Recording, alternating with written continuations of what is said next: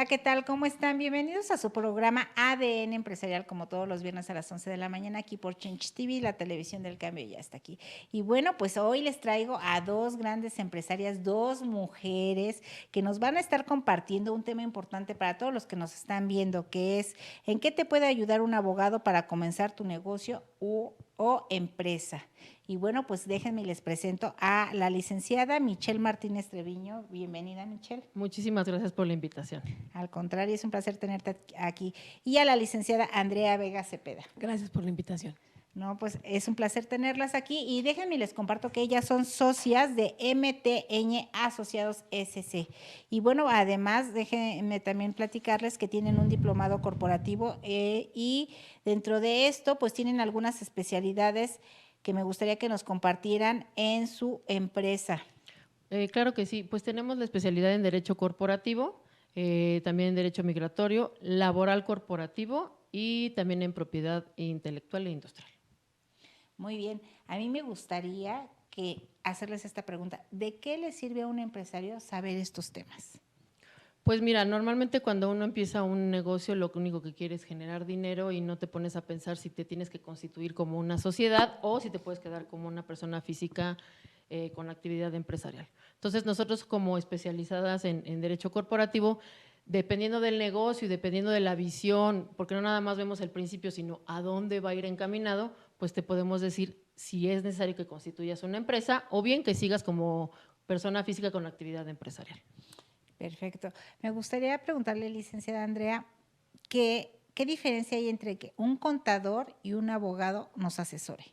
Bueno, mira, esa es una pregunta muy buena. La realidad es que a veces los contadores, al saber de muchos temas, de lo que tiene que ver con el SAT y todo, se meten en este tipo de situaciones en donde asesoran mal a los empresarios. Los empresarios de repente no tienen la idea de hacia dónde se puede proyectar su negocio. Y nosotros lo que hacemos es que vemos, como lo dijo mi socia, desde un inicio a lo que puede llegar y hasta lo que va a proyectar tu negocio, y te hacemos todo lo que tiene que ver con estatutos, tu objeto social y toda tu acta constitutiva a la medida. Te hacemos un traje a la medida de tu empresa y sus necesidades. ¿Podría creerse que todo este contexto es una inversión cara? Licenciada Michelle, ¿qué costo aproximado tiene realizar todo esto? Pues mira, como bien sabes, si vas a constituir una empresa como tal, pues tienes que obtener la fe pública, ya sea de un notario público o un corredor público, dependiendo del tipo de sociedad. Entonces, con nosotros te puedes acercar y nosotros, como dice Andrea, te hacemos un traje a la medida de los estatutos que tú necesitas o del negocio, ¿no? O a dónde va. Pero aparte de que tendrían que pagar nuestros honorarios, pues tienes que pagar los honorarios del corredor o del notario. Entonces, más o menos los notarios, corredores, por la protocolización para que tenga fe pública, ¿qué quiere decir? Que tenga efectos ante terceros, más o menos sale como en unos 13,500, más los honorarios que nosotros damos. Pero lo que nosotros hacemos es, siempre damos facilidades de pago, porque nos gusta sumarnos a los proyectos nuevos, a los emprendedores, a las pymes. Entonces, siempre hacemos el plan de pagos, obviamente se firma un contrato para asegurar, pero… Como buenas abogadas. Exactamente. Y hacemos ese plan de pagos, pero ese plan de pagos no significa que a lo mejor si te doy 8 mensualidades, me voy a tardar 8 meses en constituirte tu empresa. Lo constituimos en unas 2, 3 semanas y ya nada más, obviamente, te vamos haciendo llegar tu factura. Entonces, más o menos como de inversión entre nuestros honorarios y el notario, más o menos serían como unos 25,000 pesos aproximadamente. El notario no da crédito ni el corredor público, pero nosotros sí hacemos ese plan de pagos. Y aceptamos tarjeta de crédito y pagos por PayPal. Perfecto. Exacto. O sea que tienen muy buenos beneficios. Me gustaría, licenciada Andrea, que nos compartiera, al invertir esta cantidad, ¿qué beneficios va a tener precisamente ese emprendedor que va a pasar ya a ser empresario, a constituir ya de forma bien su empresa? Pues mira, de los mayores beneficios es lo que te comentábamos, que es hacerle el traje a la medida de su empresa. Esto es muy importante porque en muchas ocasiones los empresarios no se acercan a un abogado corporativo y van directo con los corredores públicos o con los notarios y ellos tienen estatutos estándar. ¿Esto qué significa? Que de una o de otra manera, de repente, si el giro va a migrar o va a estar un poquito, vamos, lo que necesitamos es como… Cuando, o sea, lo que quiere decir es que cuando se va a expandir el negocio, como por poner un ejemplo. Tengo muchos clientes que dicen, abogada, ya hice mi negocio, tiene 20 años y mis hijos nada más no se quieren involucrar. ¿Qué voy a hacer con mi sociedad? Muchísimo eso. Entonces, yo le digo, hay que hacer, en las sociedades anónimas nada más se puede hacer. Vamos a jugar con los diferentes tipos de acciones. Generemos unas acciones tipo ejecutivo, donde tú le dices a tus empleados, ven, te voy a hacer accionista. Obviamente con la condicionante que vas a ser accionista mientras estás trabajando aquí en la empresa, generas lealtad y generas que estas personas se pongan más las pilas. Y con esto, pues lo que tú ya generaste durante tanto tiempo, alguien más lo va a trabajar y tú ya te puedes un poco deslindar, porque luego muchas veces pues la gente no se quiere ir ni de vacaciones porque dice, si yo no estoy, que soy el hombre clave o mujer clave, ¿qué va a pasar? No funciona. Entonces, pues no funciona. Otro valor agregado que como en abogados en derecho corporativo es que pues nosotros entregamos los que son los libros corporativos. Estos libros corporativos vienen en los estatutos. Siempre dice, llevará un libro de registro de acciones, llevará un libro de la ley de te lo asamblea. marca, la ley te obliga.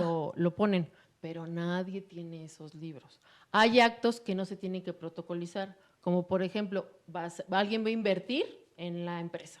Entonces, se puede aumentar el capital variable, pero eso no se tiene que protocolizar con que obren los libros.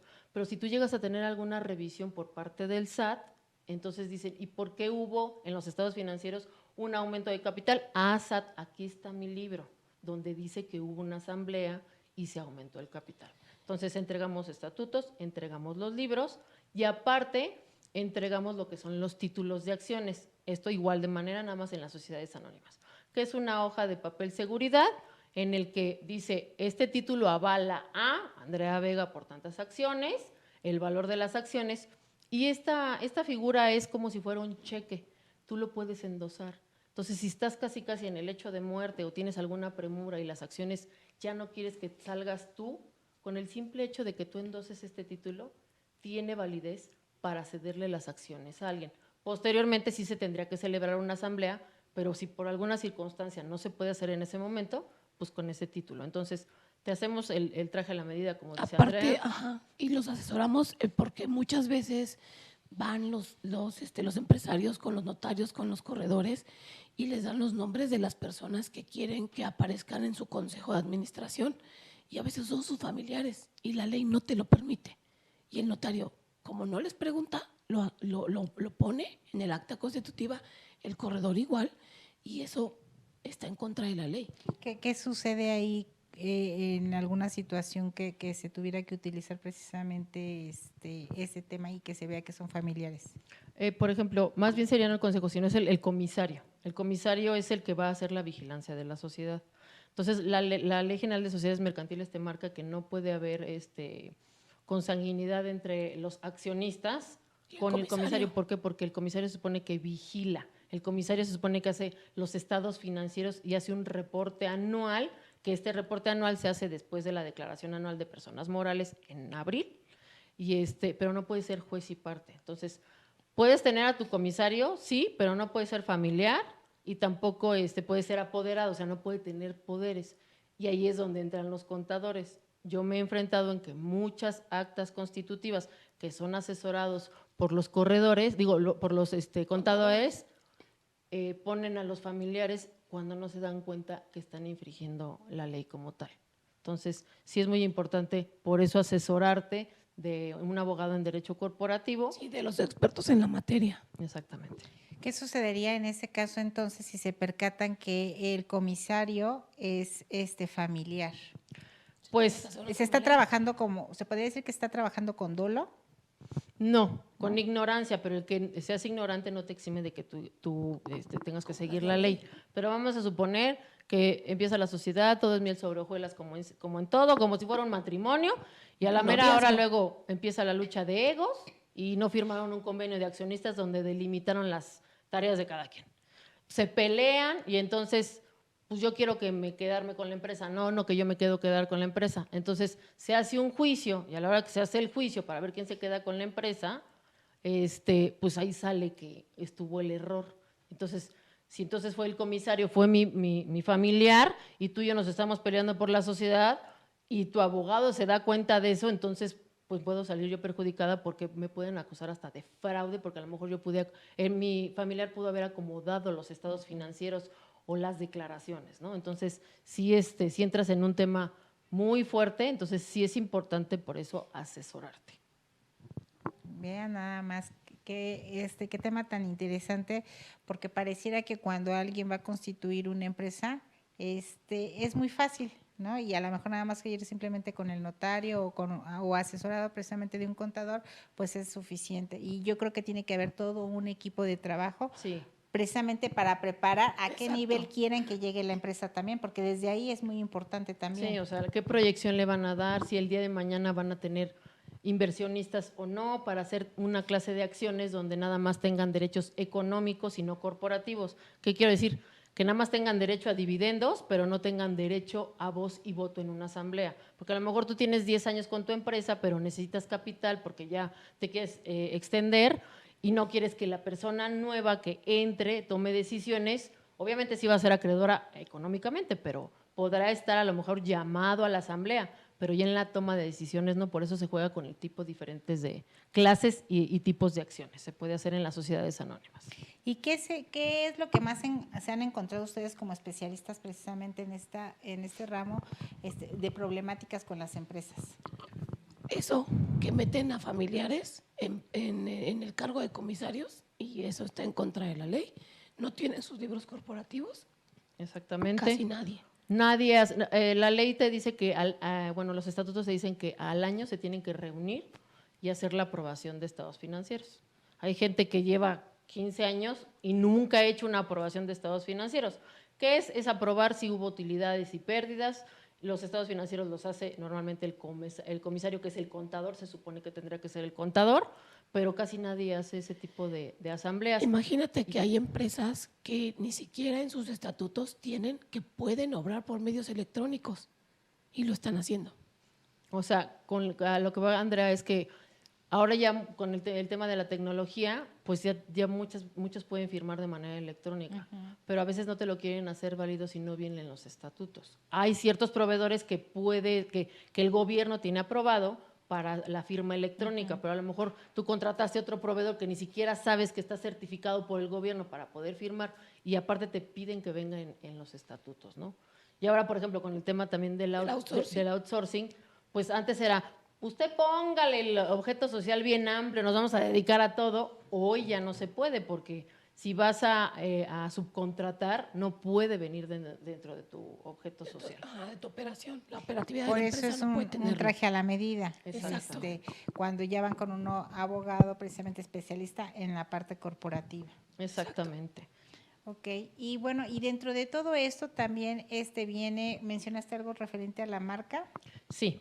Digo, normalmente uno empieza a crecer la empresa y pues ya tienes tu logotipo y todo y normalmente luego no la registran. Pero lo que no saben es que la marca, tú como accionista o como creador de tu empresa puedes recibir regalías de la marca, ¿no? Exacto. ¿Cómo es esto? Pues haces tu registro de la marca, pero lo pones a nombre de la persona física. Y entonces después le licencias, o sea, le das el permiso a tu propia empresa de que utilice la marca y entonces puedes recibir regalías o dividendos por el uso de esa marca.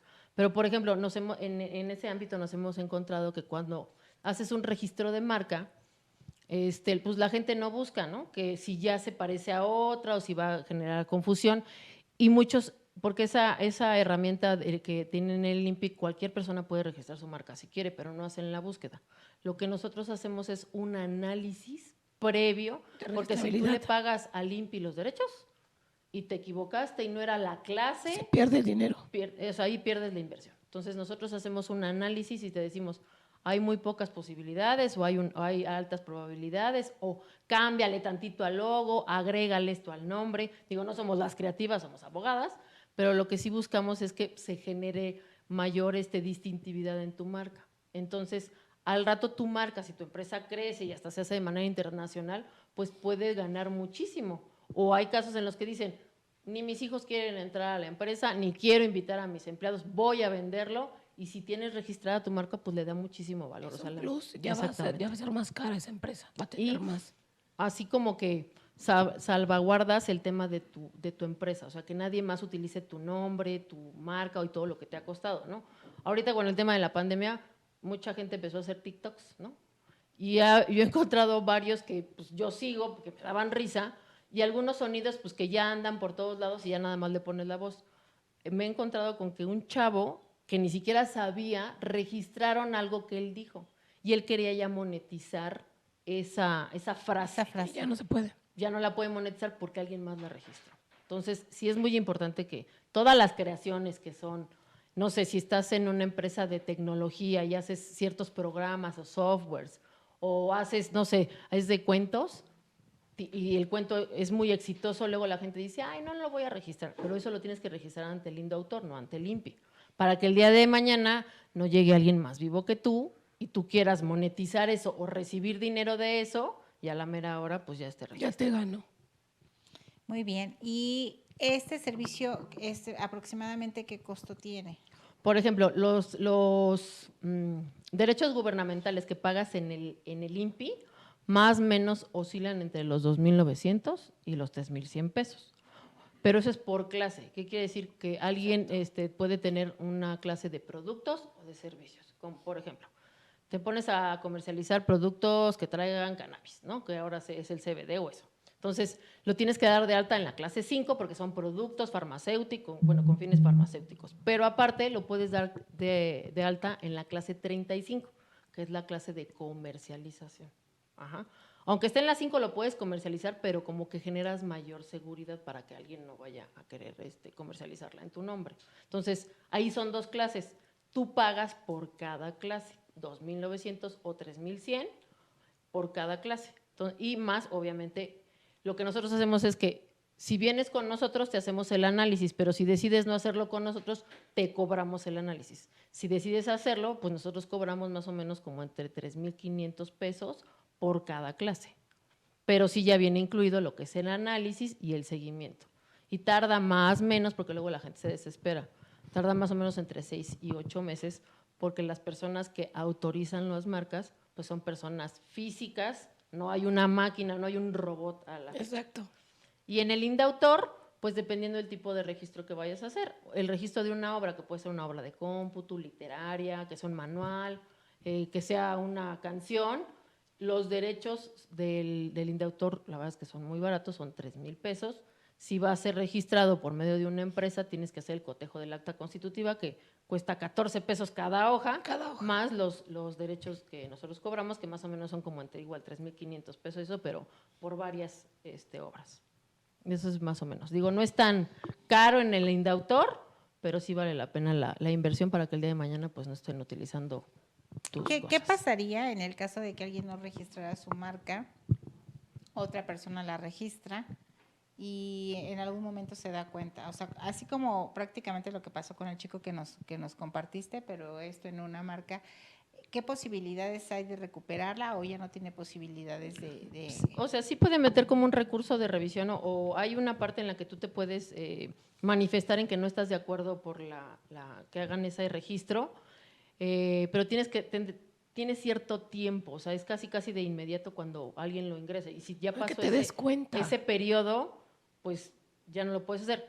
Lo puedes meter y chicle y pega y sí pasa, pero ¿cómo lo pudiera hacer? Pues porque puede demostrar que era su voz, que lo subió desde tanto tiempo en TikTok o ese tipo de circunstancias. Entonces, tendrías que demostrar que el uso de la marca o el uso de la obra lo hiciste tú antes, ¿no? O sea, tendríamos que tener pruebas y elementos y así que eres el creador se de pudiera, por medio de un juicio, pues sí ganar el tema de que pues no te estén utilizando tu creación o tu marca o todo eso. Ok, entonces dentro de su empresa nada más, ¿ustedes están especializadas nada más en la parte corporativa o manejan algunos otros ramos? También, bueno, en el tema, cuando nos acercamos a las empresas, también nos dicen, oye, y los ¿cómo se llama? Los contratos laborales, ¿qué onda? Entonces, hacemos también la estructura laboral contractual, o sea, todos los contratos que tiene que tener una empresa o formatos que tiene que tener una empresa para que no vaya a llegar la Secretaría del Trabajo a multarte, porque debes de tener, todas las empresas sí o sí tienen que tener comisiones, todo. comisiones mixtas. Y aparte, pues con el tema de la globalización ha entrado mucho el tema de la NOM 035, que son los factores de riesgo psicosocial. Por esa norma, si no la tienes implementada y otras más, sí puedes ser acreedor a algunas multas. Ok. Entonces sí es muy importante, o sea, aparte de que vemos el tema de, pues, de empresa, constituirla, la marca, vemos los formatos que tiene que tener una empresa en temas laborales y también cualquier tipo de contrato de prestación de servicios, porque a lo mejor ya la empresa pues necesita, ya voy a vender mis servicios, pero luego les digo, ¿y firmaste? Les hago el contrato. ¿Y lo firmas el contrato? No. Entonces, ¿para qué me pides un contrato si no lo vas a firmar? Ahora, ¿cómo nos podemos ir a juicio para que te paguen? O sea, como dice mi papá, tu dinero vale en el lomo de un venado, alcanza al venado, no lo vas a alcanzar. Tienes que tener elementos que aseguren tu patrimonio. ¿Cómo es? Teniendo una estructura contractual, pero también tanto en el tema laboral como en el tema comercial. ¿Qué diferencia hay en el tema laboral y en el tema corporativo? Pues, por ejemplo, en el tema laboral, pues es el contrato por tiempo indeterminado, o como ahora vienen las épocas navideñas, ves que en Liverpool y en varios lados contratan por temporada, por obra, por proyecto, o ya los contratos indeterminados, que ya son los contratos de los empleados, que ya, pues ya tuvieron su periodo a prueba de 3 meses, y después dices, bueno, sí dio el ancho, sí lo quiero para que se quede, entonces ya firma su contrato por tiempo indeterminado. Pero aunado a esto también tienes que firmar un convenio de confidencialidad con tus empleados, porque luego los empleados creen que porque están trabajando pueden robarse la información o la cartera de clientes o algo y venderla y eso. Entonces yo siempre les digo, hay que firmar un convenio de confidencialidad para que no pase que se la roben. Que no suceda esto. Y bueno, y el costo en este proceso, ¿de cuánto es? ¿Y cuánto dura? Por ejemplo, si alguien quiere iniciar su empresa y quiere empezar a hacer todo este bosquejo, ¿cuánto se tardan ustedes en hacerles todos los contratos y qué costo tiene? Pues más o menos nos tardamos como 2 meses en hacer todo, entre lo que es la constitutiva y todo. Y dependiendo, porque luego hay empresas que pues dicen, no, yo no quiero ni contratos, ¿no? Entonces, dependiendo del tipo de… Ustedes les hacen ver y o sea, yo les digo, ¿no? Lo que me digan les hacemos. tienes que tener esto y esto, y ellos ya deciden, ¿no? Entonces, digo, si tú obviamente contrataras todo el registro de marcas, fuera así como que el mundo de caramelo padrísimo, bueno, pues sí, obviamente sale pues un poco caro, ¿no? Pero te repito, es en pagos, pero luego a veces me dicen, pues vámoslo manejándolo primero la constitutiva y luego ya cuando hacen una venta me dicen, Mitch, ¿cuánto me sale un contrato de prestación de servicios? ¿No? Entonces, pues entre 4,500 y 6,500 dependiendo, ¿no? Porque hay contratos que sí son muy elaborados, por ejemplo los de tecnología, porque hay ciertas fases que tienen que entregar y penalizaciones, a que si me dices un contrato de arrendamiento, pues es un contrato más fácil, ¿no? Más práctico. Exactamente.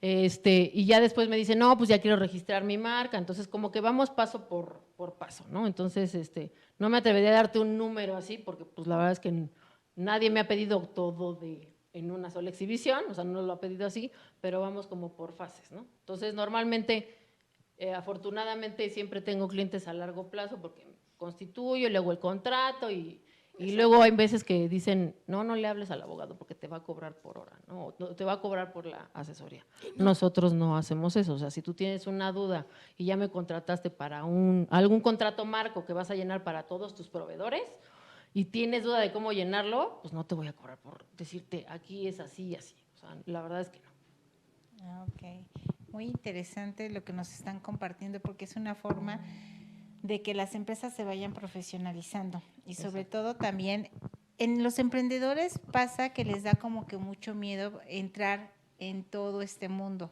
en el mundo de los contratos, en el mundo de estar precisamente ya con un abogado viendo todos estos temas. Es necesario porque creo que es la única forma de que una empresa pueda crecer. Sí.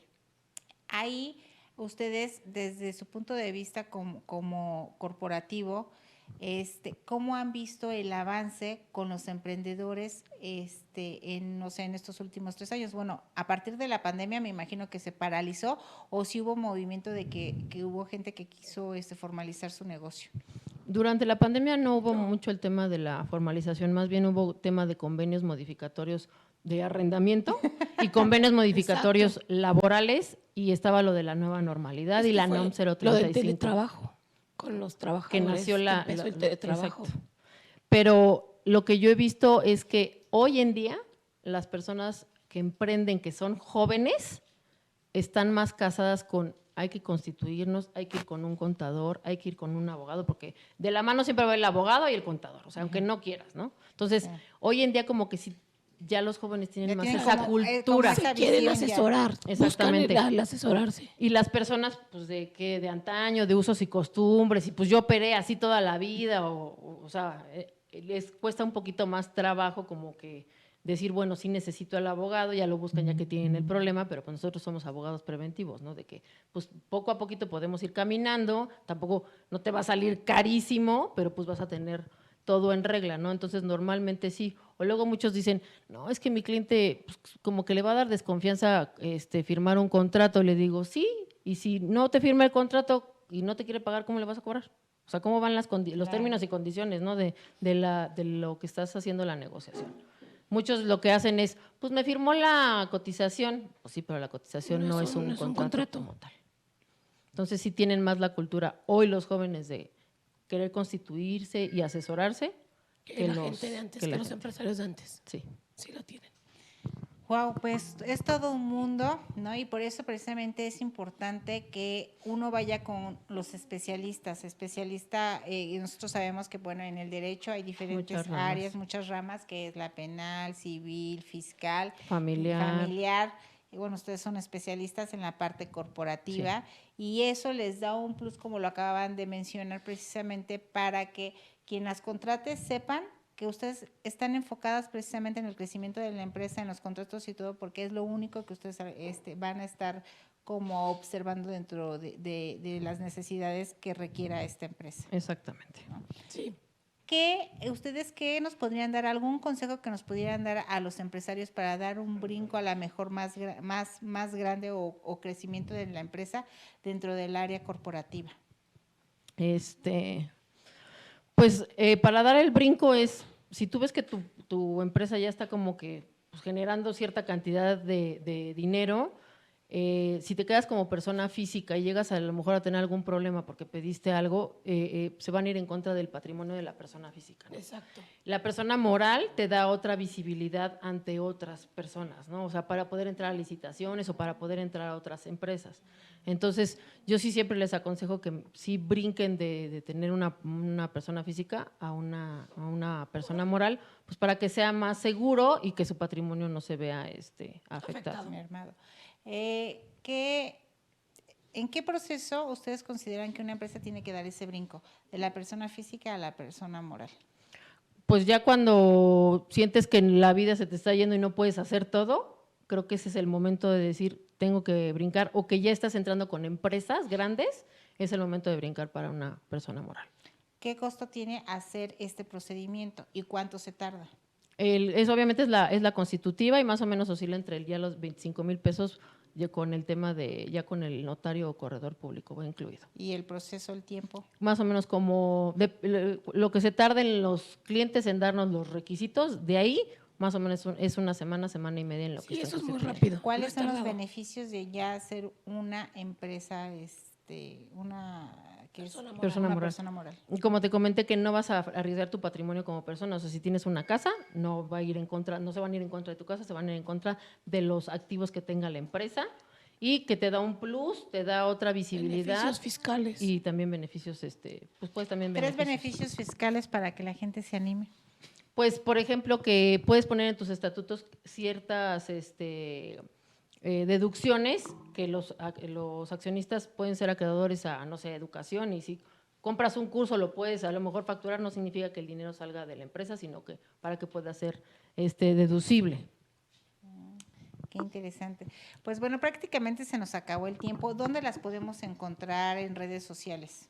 Pues tenemos nuestra página web, que es martineztreviño.com, y el día de hoy quiero ofrecerles a todas las personas que nos vean una auditoría corporativa para revisar sus documentos o bien a los emprendedores, y la asesoría va a ser completamente gratis. Perfecto. Esta asesoría. ¿Y números telefónicos, correo electrónico o, no sé, WhatsApp? Sí, sería por WhatsApp, sería al 55 79 56 59 46 o al correo electrónico contacto@martineztrevino, no con ñ, con n, trevino.com. Pues muchísimas gracias, licenciada Andrea y licenciada Michelle, Gracias. por haber estado aquí, porque nos están abriendo más en el panorama, que de alguna manera los emprendedores den este salto a empresarios. Pues bueno, esto fue todo por hoy. Recuerden vernos el próximo viernes a las 11 de la mañana aquí por Chinch TV, la televisión del Cambio ya está aquí. Muchísimas gracias. Al contrario, Muchas gracias a gracias. ustedes. Hasta luego.